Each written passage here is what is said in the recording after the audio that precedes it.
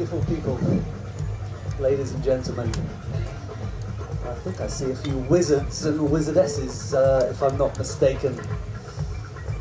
So, hopefully we're going to have a conversation today, and it's about two Odysseys, in fact. It's about the Odyssey that we're all on together. I'd call that the future, just for want of a better word. And then there's the other Odyssey, and that's our individual Odyssey. The Odyssey, I guess, to find our inner self. That thing that all the world's religions talk about, the Buddha within. And I today am talking about the wizard within. So I'm going to sit down to keep myself grounded, and it's rather hot in these robes. Today, Aramos is trying to sit before you, but unfortunately we have this thing called the backseat driver. I don't know if you've experienced that. There's this guy called Benjamin who has a little bit of a challenge. You know, he has the anxieties and egos of a human, and he might occasionally interfere with this transmission. So if you think Benjamin shows up at all in this conversation, just put your hand on your heart and send a positive message to the universe so that we can connect to Aramos and the inner wizards that are all here. So we live in very revolutionary and evolutionary times.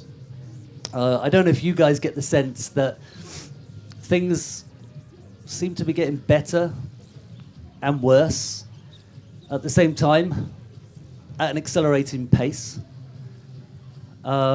You switch on the news this morning, lots of friends of mine in London were distraught to find that a certain government had got elected by a massive majority. Maybe some Americans in the audience might relate to that.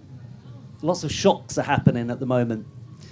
You know, last weekend at the Art Basel in Miami, an artist was selling bananas duct taped to a wall for $120,000 US. Two were sold, and then they were going to raise the price, and then another artist came along and ate the banana. And I mean, it's totally surreal. If you read the conversations about why he created the banana, he bought a $1 banana. And then the artist that ate the banana consulted his legal team before he did it. And then he said on CNN or something, I didn't actually eat the banana.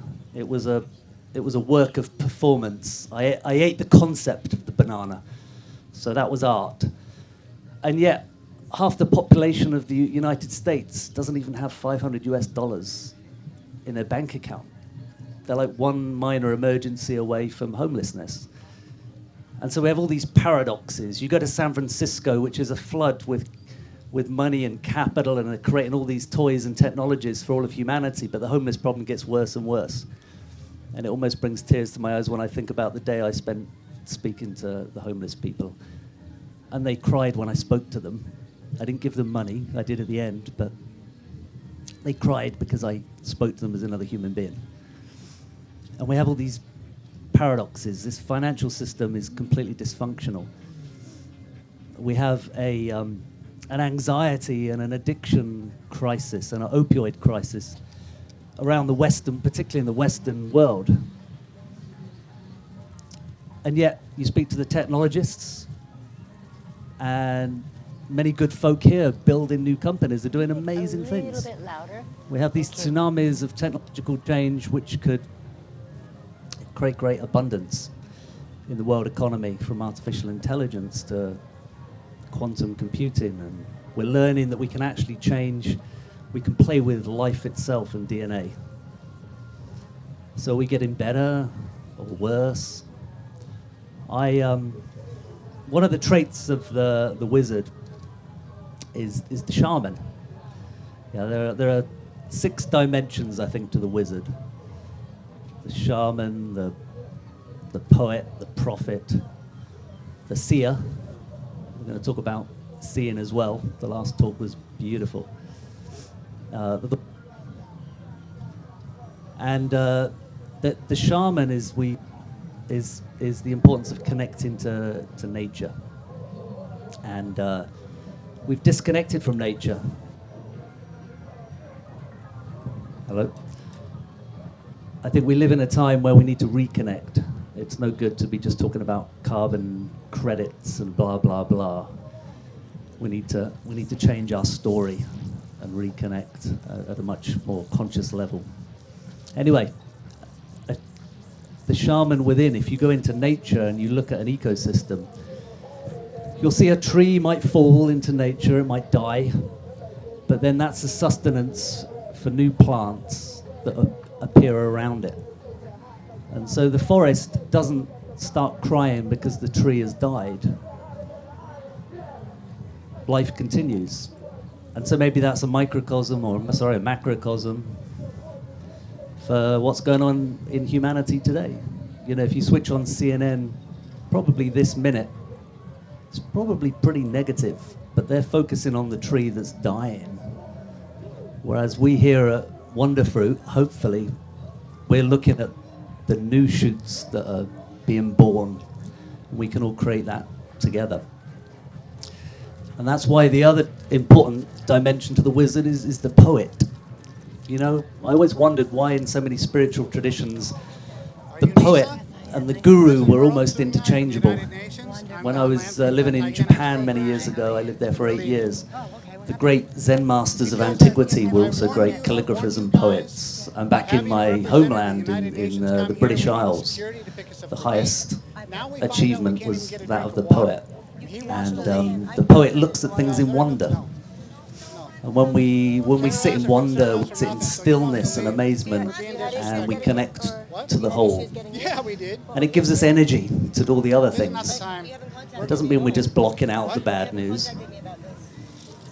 But wonder is important. There was a quote by the poet Yeats about, there are so many magical things in the world, but they're just waiting for our senses to get better to see them.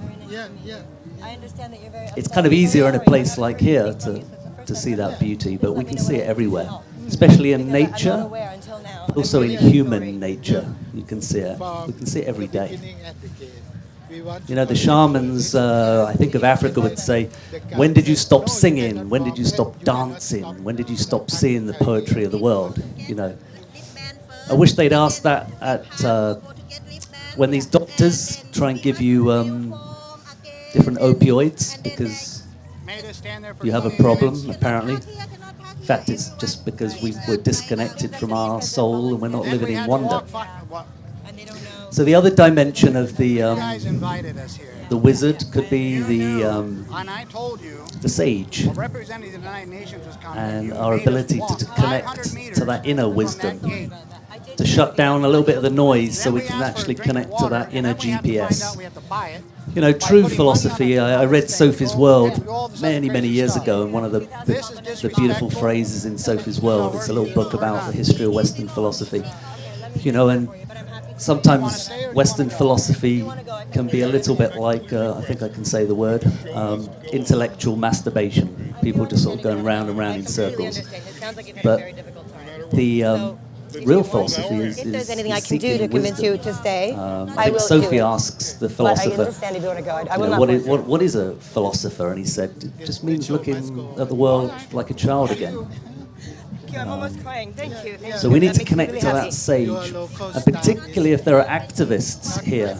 We should have been expected at that I gate. really reach out to you to connect and spend time nurturing the sage, because we can jump into action, Terribly sorry I couldn't be there at the gate. Otherwise, I and would you have can personally point done that. fingers at people But because I'm for here managing this at the same time, maybe not being inclusive or maybe destroying the environment. But if you say these things with hatred in your heart, then it just results in more conflict.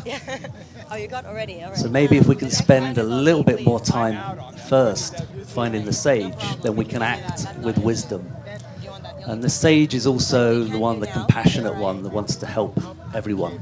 That's why purpose is so important for the sage.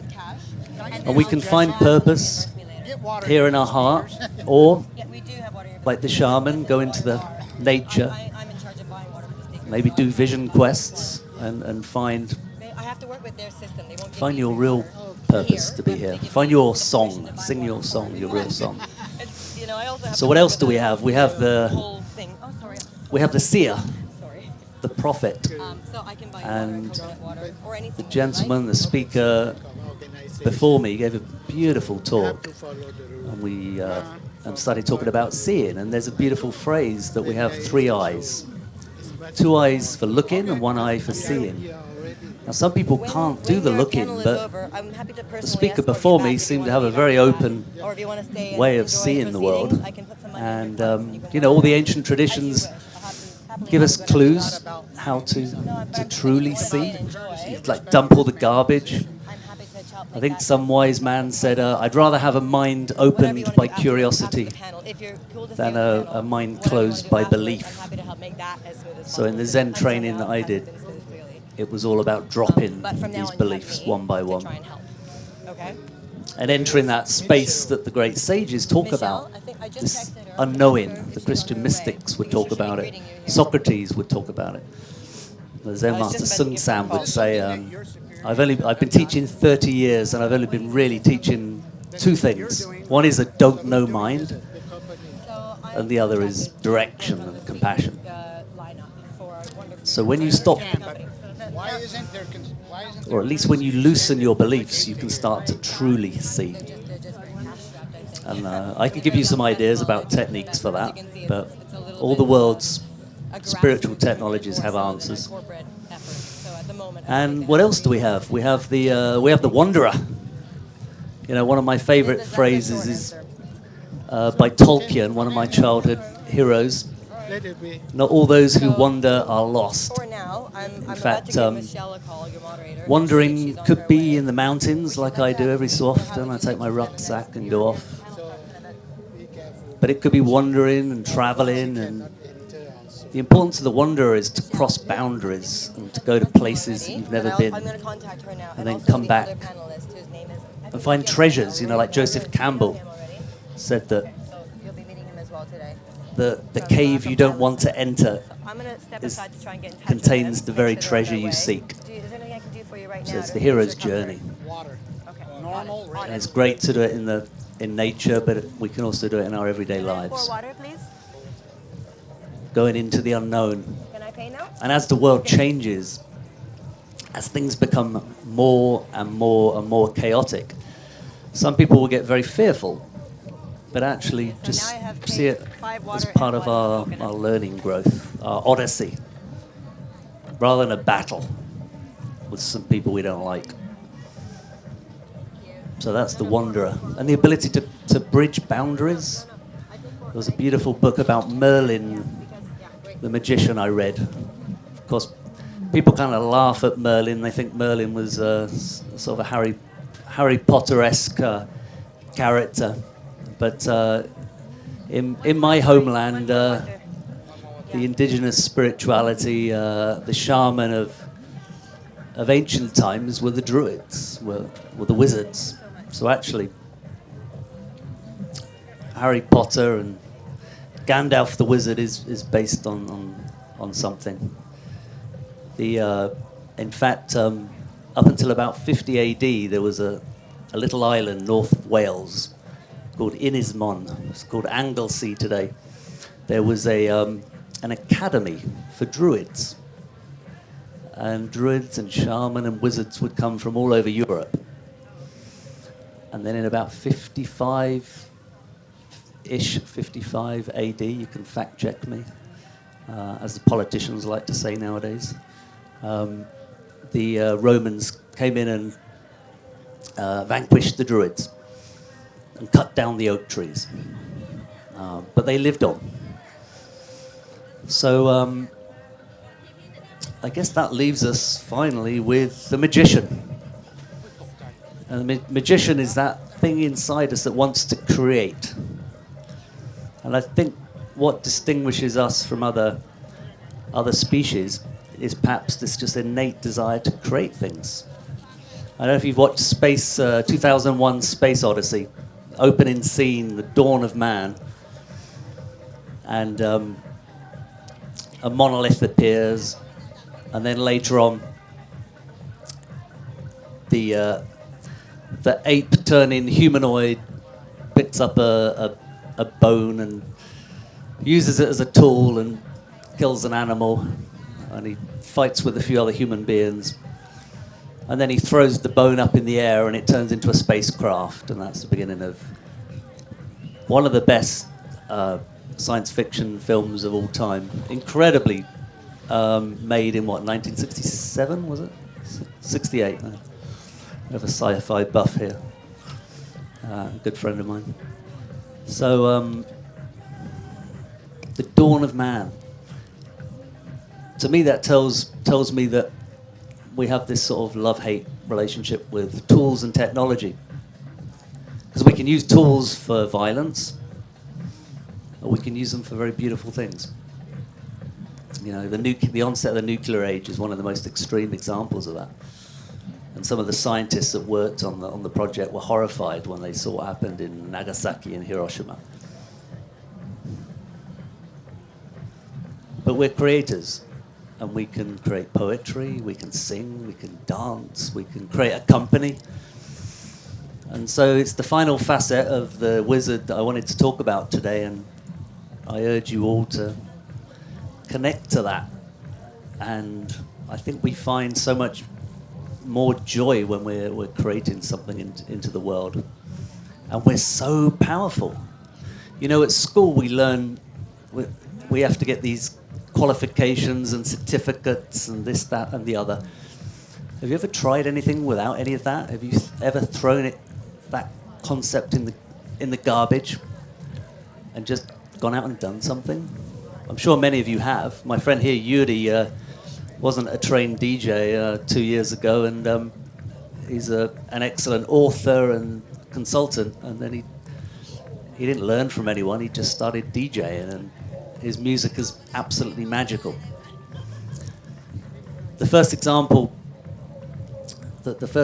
for me, where this really hit me, and it didn't hit me, it kind of hit me at the time, but I feel it every day. 25 years ago, I was in Japan, and we were going to be taught calligraphy by the greatest calligrapher in Japan, in the most important temple in Nara, the ancient capital of Japan.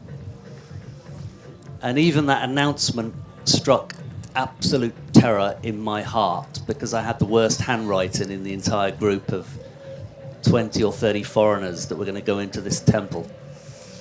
And I thought, well, this is going to be total and utter humiliation, isn't it? So I walked in, and then I started laughing at myself. And then it was so ridiculous that I was, of all people, going to be doing calligraphy. I just sort of let go. I surrendered. Now, I could write Japanese, so I could write Japanese characters. But I thought they looked awful, just like my English handwriting. So I'm sitting in this beautiful temple, ancient temple that's been there thousands of years, and I've got these scrolls in front of me and a brush. And the Zen master actually didn't really talk much about technique, which is kind of interesting from a Western perspective. And I sat there and I looked at it, and I'd given up. So I thought, well, I'm going to draw the character for love. And as I don't have a technique, I'm just going to think love. And I put my hand on my heart, and I tried to feel love. And then with a very relaxed body, I just did it, kind of laughing as I did it. And I was like, oh, that's not too bad. I might not get totally ridiculed. And I did a couple of others. Anyway, the Zen master came over and patted me on the back and said it was great. And I thought, yeah, well, that's your job, to encourage us. And he gifted me a couple of things that he did as well.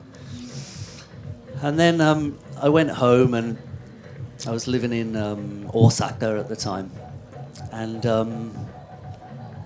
as a joke, I started meeting Japanese friends, and I put out all these calligraphies. And normally I put like 4 of the Zen masters, and then I'd put mine in as well. I'd sneak mine in. And I'd say to my friends, oh, so which one do you think the the Zen master, the calligrapher, the greatest calligrapher in Japan wrote. And literally 8 or 9 times out of 10, they pointed at mine. It absolutely blew my mind. And I don't think I could have replicated that state of mind again. But I don't know, it just put something, it planted a seed.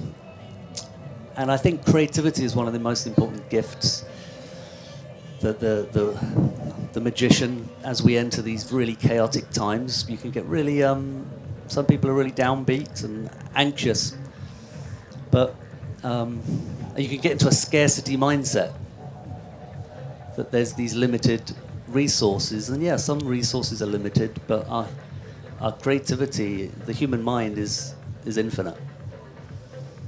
So with that, I'll open up the conversation.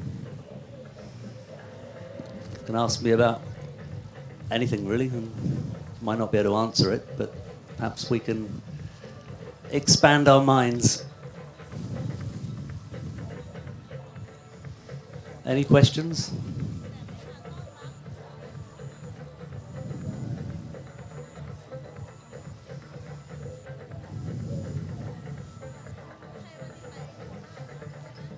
And it doesn't have to be esoteric. You know, let's have a real human conversation. What's on your mind? I'd just like to know, you recommended a book while you were speaking, a film that you loved from 1968. Now I've totally forgotten the name of it. So I think you're fascinating, and I love your curiosity. And I'd love to know about other books or movies that you've read or watched that have sparked your curiosity and your imagination that you could recommend to us. Well, thank you. Well, that film is the one, Kubrick's movie, 2001 Space Odyssey.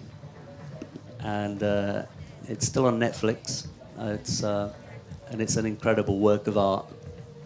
1968, and it's like opera, and it's really profound.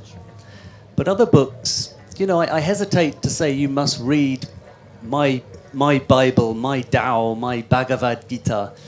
In a way, I would encourage you to open your mind, and life will be your teacher, and the right book will find you.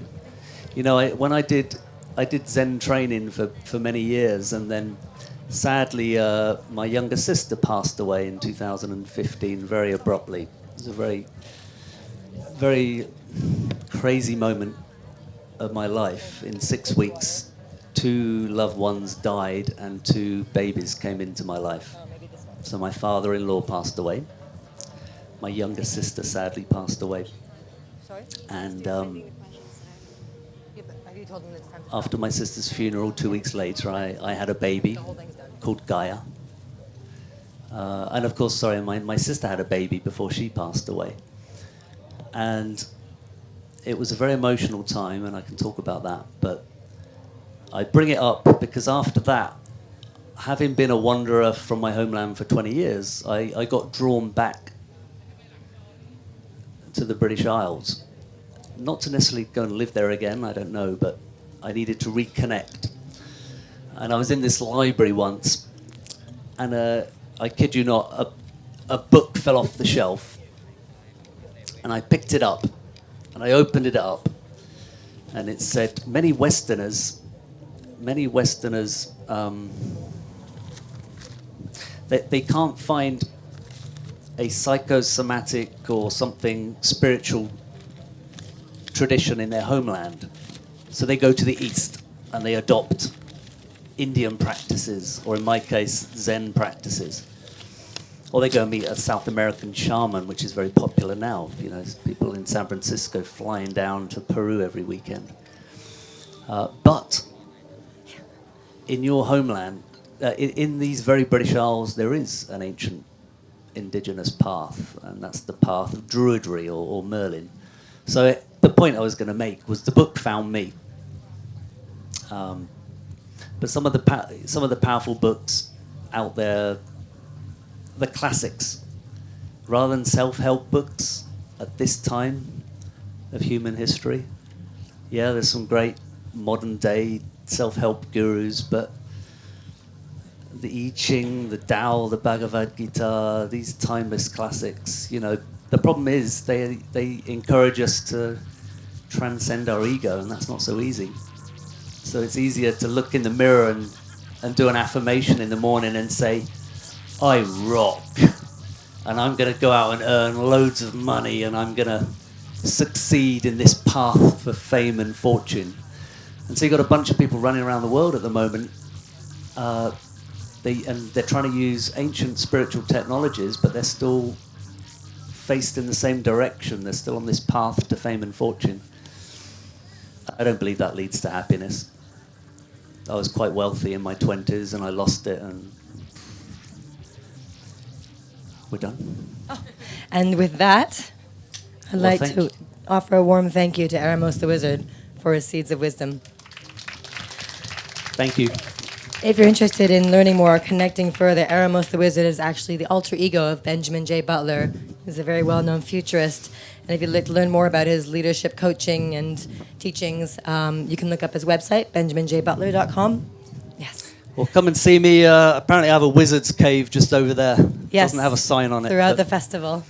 come and say hi. Thank you so much. All right.